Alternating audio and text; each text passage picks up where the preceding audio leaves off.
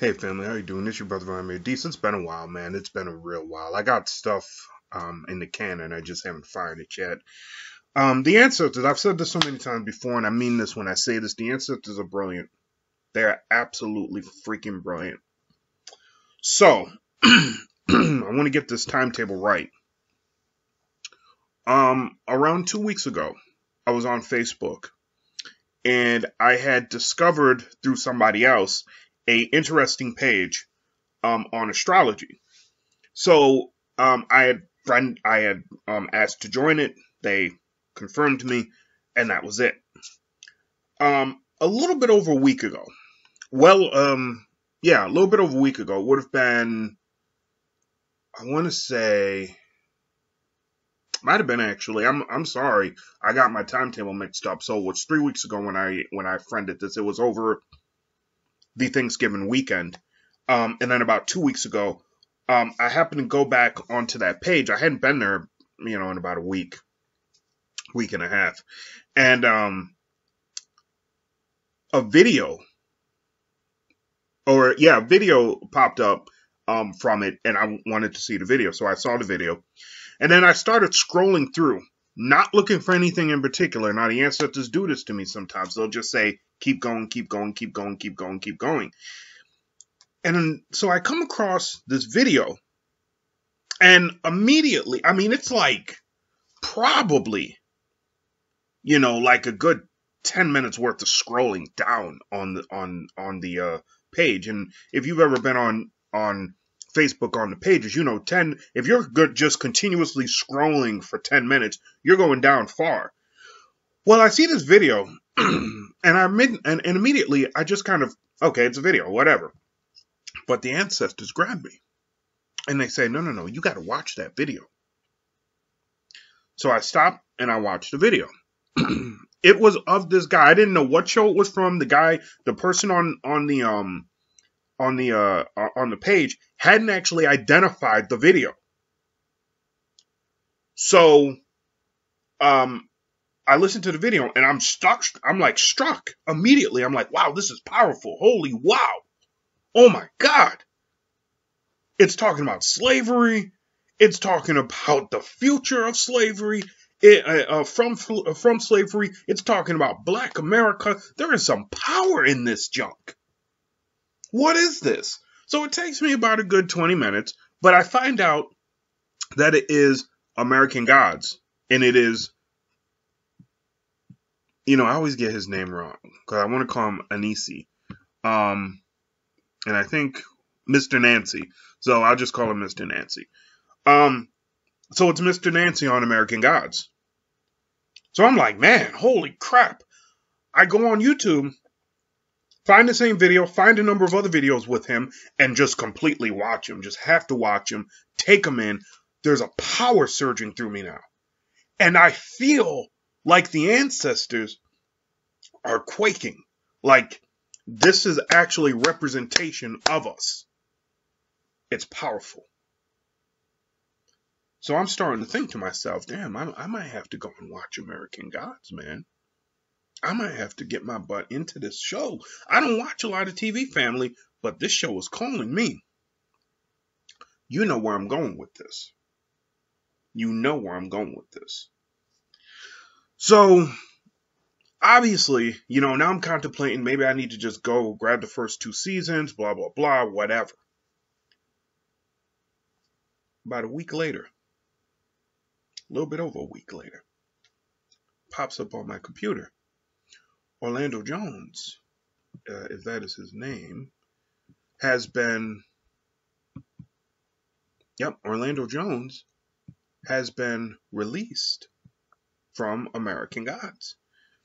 Purportedly, the showrunner, executive producer, whatever he is, said that Mr. Nancy was sending the wrong message to Black America.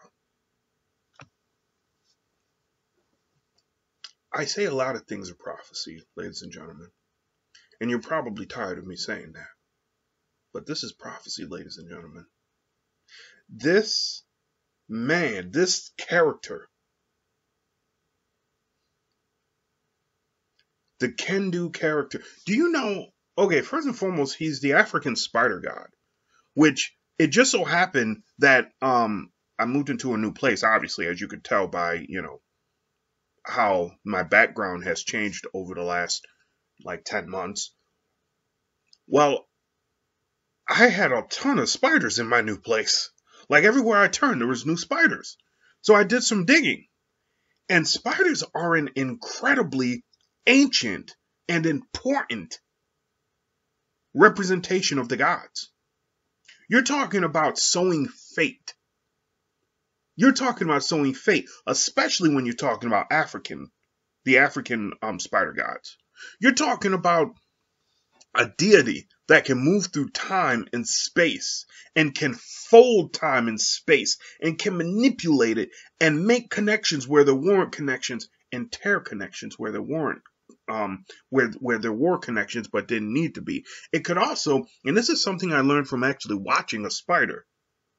One day I was in the shower and I happened to look over outside of the shower, and there was a spider, a big spider, so it was like you could see it, that had crawled down this other spider web, which I knew had existed, but I thought that it was covered in a bunch of dust. So I was like, okay, one day I'll just knock it down, whatever. The spider had actually crawled down that, knocked the dust off, was cleaning the dust off of the old spider web and laying new line. I didn't know spiders could do that. Had no clue spiders could take dust off of old webs and then lay new web in its place if it wanted to. It was doing that. It died after I, asked the gods to forgive me, the ancestors technically. But it was a hell of a lesson.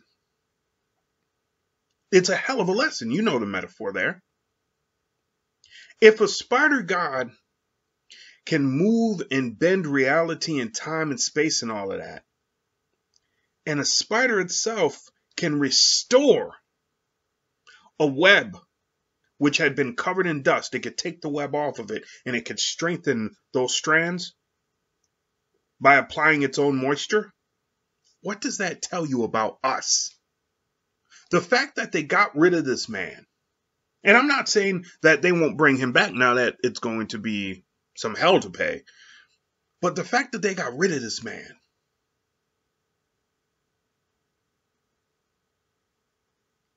it says something. And I'm thinking something else here. Give me 1 second, family. I had to check something, family. Mr. Jones was starting to rile up black folks. His realistic portrayal of a real African god was starting to get an idea into black people's heads that maybe they should be acting like this. Let me give you a scenario that you may not like, but it's one that you need to consider.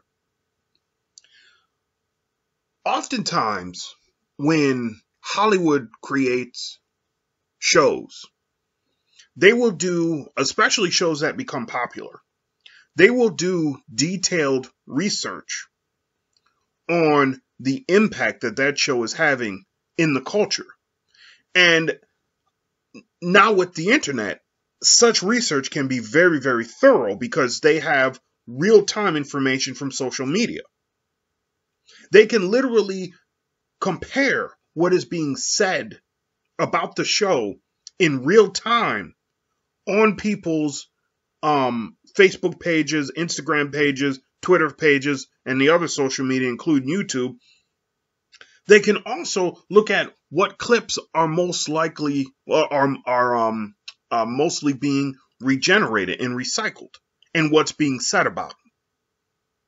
Now, for black folks, this is incredibly, incredibly important because we actually use social media way more than white people do.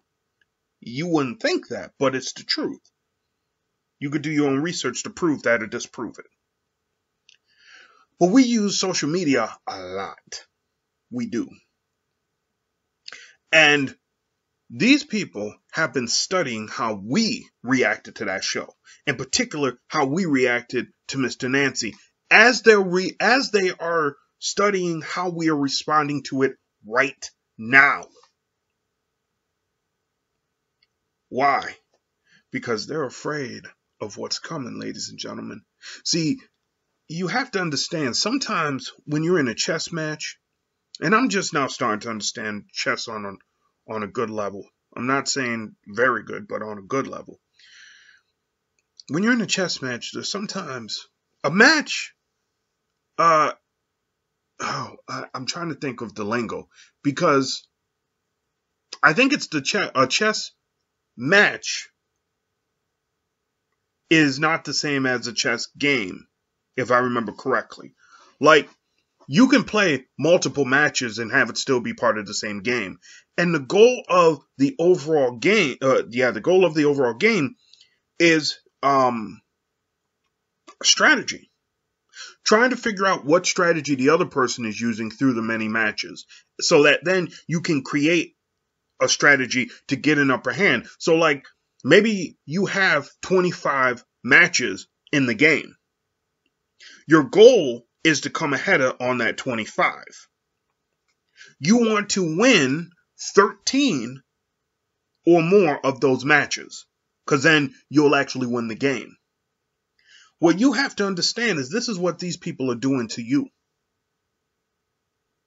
This is a test for them. Just like when they announced that the Boondocks would be coming back. They researched what you did with that information. They researched it. They know that you're not happy with the garbage that they've been pushing your way. They know it. They know that Blackish is more popular with white people than it is with black people.